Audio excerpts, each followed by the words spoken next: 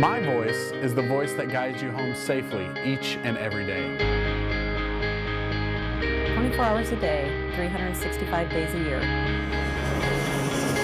I am the voice of the safest and most efficient airspace in the world. I have to be 100% of the time. I am. I am. I am. I am a professional air traffic controller.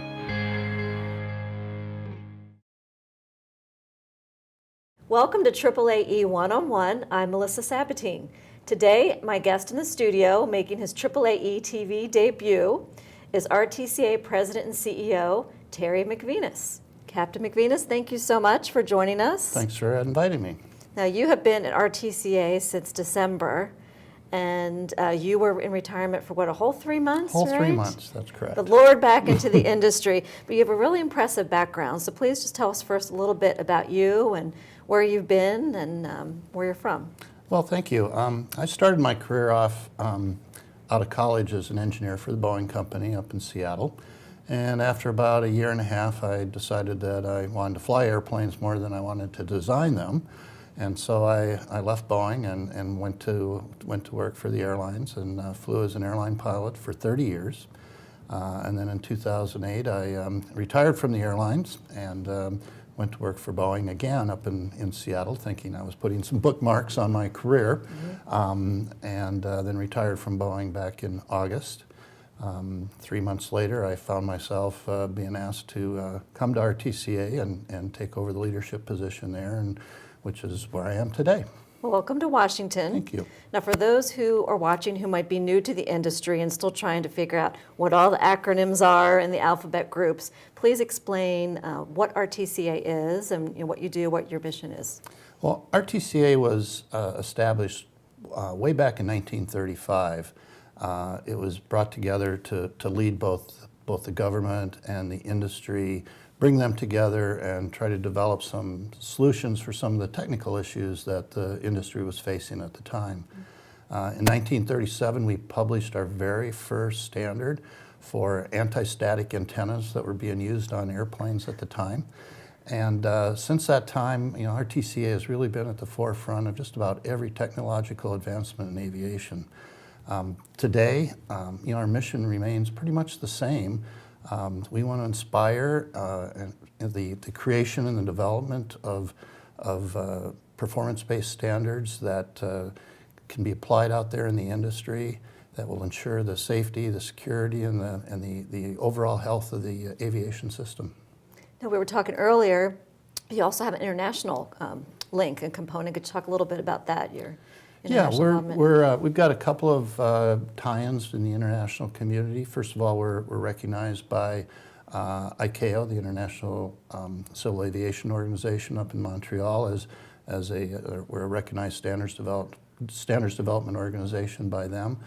We also have a sister organization over in Europe called EuroCA that we collaborate with, and as they develop standards for the European environment, we work together with them for the standards we develop. Most of the standards and the committees that we use to develop those standards are done jointly with EuroCA, so that there's some commonality behind the standards that get developed over here in North America as well as in Europe. Great. Well, now you're coming to Washington at a very interesting time. A lot of things going on in the industry, and some things have changed of how RTCA operates with the FAA. Can you just kind of lay out what your challenges are, your opportunities, and what your goals are going to be, as you take over and come to Washington this exciting time? Well, I think some of the challenges that we're faced with today, there's really kind of some short-term challenges and some long-term challenges. Certainly from the short-term standpoint, we have to figure out how we continue to leverage the strengths that we have had historically as a standards development organization, and then look for new opportunities where we can apply those strengths to some of the varying new technologies and new entrants into the aviation system, see where we can help them so we can continue to create value for the entire industry. From a longer term standpoint, it's kind of related to that because the new entrants and the new technologies that are coming to market are moving so fast right now. We have to take a look at our processes and how we develop standards and find means to do that a little bit more efficiently, a little bit more quickly, so that we can continue to serve the market. Right. Now, you also have started some thought leader type symposiums, and you have a conference coming up in June. Could you talk a little bit about those and how you're going to involve others in the industry? Sure. I think a very important part of any of us that are involved in aviation, I always say we have an obligation to be leaders in aviation. And part of that leadership is really part of our strategy right now, is to find ways that we can build on our reputation and our credibility to engage with the industry and invest in the industry for the long-term benefit of that whole aviation ecosystem that we operate in. So we're putting together a series of thought leadership roundtables on a variety of topics, where we're going to be bringing in some of the government industry folks and just talk about a single topic. We've got one coming up in April on counter-drone technologies and implementations of those technologies. So we've got some folks coming in from FAA, the Department of Defense, Department of Justice, for example, in the airports, to talk about what the issues are, what are some of the things that we need to be working on together to solve some of those issues. You mentioned our symposium we have coming up in June, and I'm really excited about that. It's going to be held on June 5th at the Crystal City Hyatt, just down the street. Well.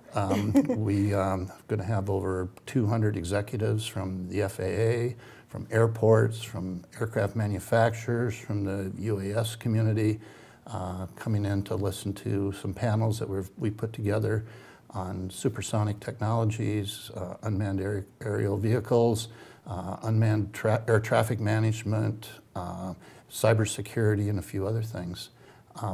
We've been able to get Mr. Blake Scholl, who is the CEO and founder of Boom Technologies out of Denver. They're developing a new supersonic airplane. He's going to be our keynote speaker, and he's just going to be fantastic. We also utilize that event as a means to recognize some of our committee members that have been working on the standards development, recognizes them for the great work they've been doing. And if any of your listeners are interested, they can go to our website, rtca.org, and get some more information, as well as sign up for the symposium. Great, thank you. We'll make sure that we have the website listed down below after your interview, so they can check that out. Is there anything we haven't talked about you'd like to add? I don't think so. No? Well, welcome to Washington, full-time. Right. And congratulations and best of luck in your new position, and we look forward to working with you. Thank you, Melissa. Appreciate the time. Thanks for coming by. Thanks. Thank you for joining us for another one-on-one. I'm Melissa Sabatine. We'll see you next time.